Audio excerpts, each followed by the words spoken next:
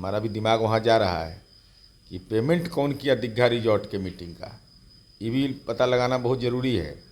Party के account से दिया है कि नहीं, क्योंकि इस बार राघोपुर से लड़ने का कंफर्म नहीं कर रहे हैं तेजस्वी यादव। पूछिएगा कि राघोपुर लड़िएगा कि नहीं। देखिए, 4 सीटेड आदमी है ना लालू तेजस्वी यादव भाई। अब आप नेता मान लीजिएगा, 420 का आरोपी है। अब जाएगा भाई, बीच में अब कार्यक्रम चुनाव का चलता रहेगा, तब तक पता चला कि सीबीआई के कोर्ट में पेशी है, तो कार्यक्रम को स्थगित करना पड़ेगा। यहाँ किसी का नाम उम लिखाना बड़ी कठिन होता है। जो भ्रष्ट व्रष्ट रहता है ना, वही सब कुछ दिमाग उमाग लगा के अपन बाल बच्चा के करा देता है। तो उसी में लालू जी तो खैर उसके कुल पुरोहिते हैं। अब हम बोल दें कि से 2025 में आपके राजनीति का किडनी निकाल लेंगे, तब कैसा लगेगा सुनने में।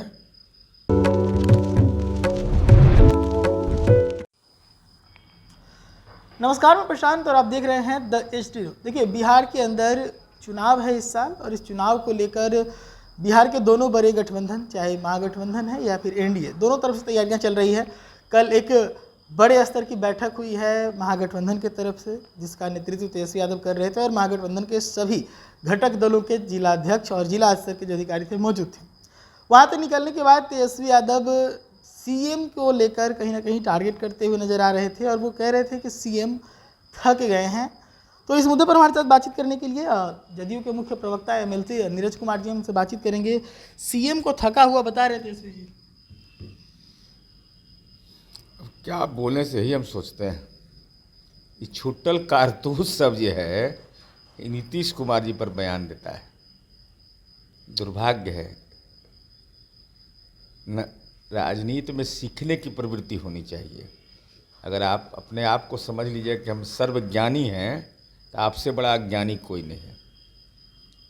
जनता के द्वारा निर्वाचित मुख्यमंत्री हैं। पढ़ना लिखना जरूरी राजनीति में होता है, लेकिन इतना भी मूर्ख नहीं होना चाहिए कि संविधान का ज्ञान नहीं हो। भाई, जो विधायक दल का नेता है, व्यंग करने नहीं आता है। अरे वैकल्पिक एजेंडा से न बोलोगे। अब हम बोल दें कि से 2025 में आपके राजनीति का किडनी निकाल लेंगे, तब कैसा लगेगा सुनने में, कितना खराब लगेगा। हमको भी बोलने में खराब लगा, लेकिन चूंकि इस ढंग का शब्द नीतीश कुमार जी टायर्ड हैं, अंग्रेजी बोलते हैं ज़्यादा। हालांकि 8वें 9वें में पढ़े, लेकिन डीपीएस आरके पुरम में पढ़े। यहाँ किसी का नाम उम लिखाना बड़ी कठिन होता है।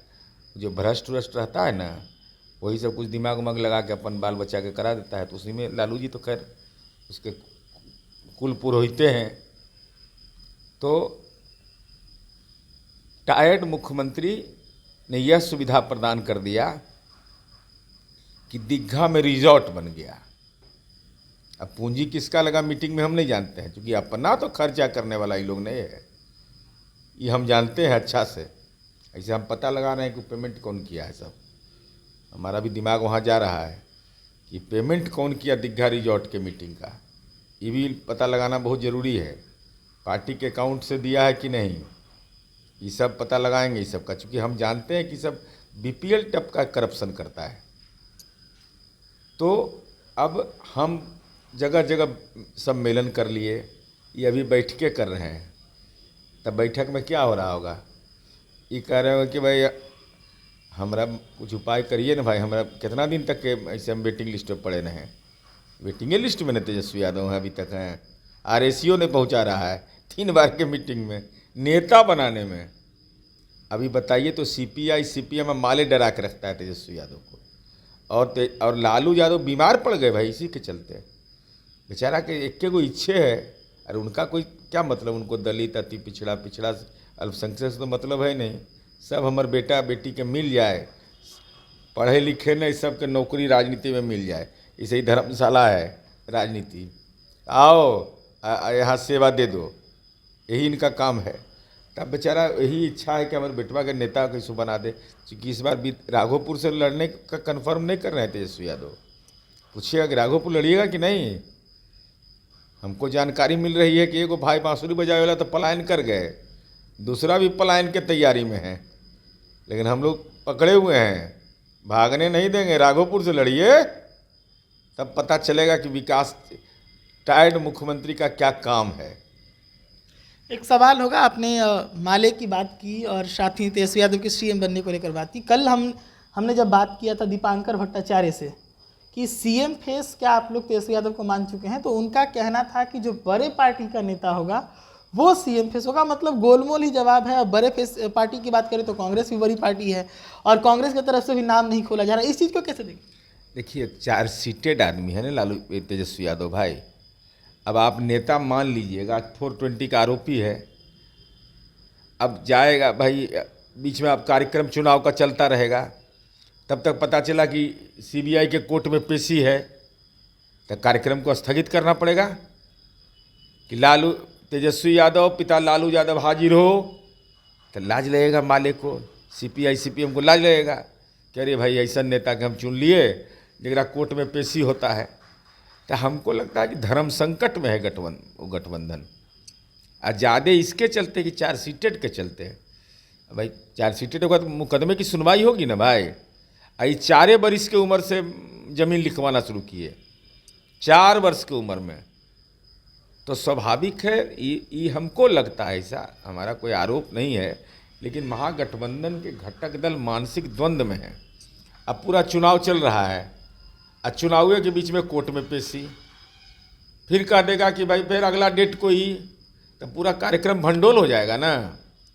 तो इसीलिए परेशानी है। लेकिन लालू जी की इच्छा का ख्याल रखना चाहिए लोग। बड़े नेता हैं लालू जी, बुजुर्ग आदमी हैं, हम लोग उनके स्वस्थ रहने की कामना करते हैं। लेकिन ये कांग्रेस वाला, ये माले वाला सब उनको बीमार रखना चाहता है। नेता घोषित करिए नहीं रहा है और वो तड़प रहे हैं बेचारे, कह रहे कुछ उपाय करो, ये बुढ़ारी में ये एक को बात, हमारे एक को इच्छा ये भी नहीं पूरा कर रहे। अब मुख्यमंत्री का तो खैर वैकेंसी नहीं यहाँ है। वैकेंसी का क्या मतलब होता है? कोई लड़ाई रहता नहीं, 80-20 का लड़ाई है। 80 हम है, 20 वो है। मैंने हमको लगता है 2010 से भी बुरा रिजल्ट आने वाला। अभी ग्राहक खोजे, ये मीटिंग नहीं हो रहा है, मीटिंग में सबको ड्यूटी लगाया जा रहा है कि ग्राहक खोजो सब जगह। उम्मीदवार का नहीं भेटा रहा है पूंजी लगाए वाला, जान छोड़ा के भागता है ना। इस पर टिकट लेने का मतलब है हारना तय है। एक सवाल चलते चलते आखिरी रहेगा। असदुद्दीन ओवैसी बिहार आए हैं, पिछली बार 4 सीटों पर उनकी सफलता भी मिली थी और इस बार 3 कैंडिडेट का घोषणा भी वो कर चुके हैं। क्या कोई चुनौती बनेंगे इस बार आप लोग? ओवैसी साहब की पार्टी को राष्ट्रीय जनता दल ने तोड़ दिया, चूँकि मुसलमान 2म दर्जा का नागरिक है। राष्ट्रीय जनता दल में सम्मान नहीं मिलता है मुसलमान को। मैंने ये इतिहास है, ये हम आज का बात नहीं बोल रहे हैं। अब सिद्दीकी साहब कितने सीनियर लीडर हैं, हम लोग के अभिभावक हैं, हम लोग के विधान परिषद में सम्मान करते हैं उनका। आई तेजस्वी यादव लालू जी का बेटा बोलता है अब्दुल बारी सिद्दीकी साहब माननीय भी नहीं लगाता है। समझिए कितना बड़ा राजनीति का ये लोग अहंकारी व्यक्ति है सब। जगतानंद सिंह, अरे तो बाबू कृष्ण सब जी के साथ काम किया ना जी, माननीय लगाओगे ना। लेकिन ये सबसे तो कोई मतलब है नहीं। ये विराट कोहली मेरे नेतृत्व में खेला है, हम सैलरी घोटाला कर रहे हैं, भूमि घोटाला कर रहे हैं, घोटाला उम्र घोटाला, ये 2 घोटाला ही किया है। इनके खाता में भी 6-7 घोटाला आ गया है। इसलिए सवाल इस बात का है कि वो महागठबंधन का घटक दल है और उसने कमज़ोर किया किसको? ओवैसी साहब को। ये उनका आंतरिक मामला, हम नहीं जानते। तो इसका मतलब कि ओवैसी साहब सेकुलर की या अपने इस्लाम पंथ की बात बोलते हैं, अपने धर्म की बात बोलते हैं, जो राष्ट्रीय जनता दल को मंजूर नहीं, तो उनकी पार्टी को तोड़ दिया। अब वो कह रहे हैं कि आपका हम 24 को तोड़ देंगे, वो जो बोल रहे हैं 4 से 24 हो जाएंगे, 4 का 24 हो जाएंगे। अरे ये तो बिहार में होने नहीं है, ये सब तो खैर स्कोप ख़त्म है। लेकिन हमको लगता है कि तेजस्वी का शटर ही गिरा देंगे जरूर ओवैसी जी। हाँ। चलिए, तो हमारे साथ जदयू के मुख्य प्रवक्ता एमएलसी नीरज कुमार जी थे। कई सारे मुद्दों पर हमने बातचीत की। हमारी बातों के बारे में अपनी राय कमेंट सेक्शन में रखिए। जुड़े रहिए द एच न्यूज़ के साथ। धन्यवाद।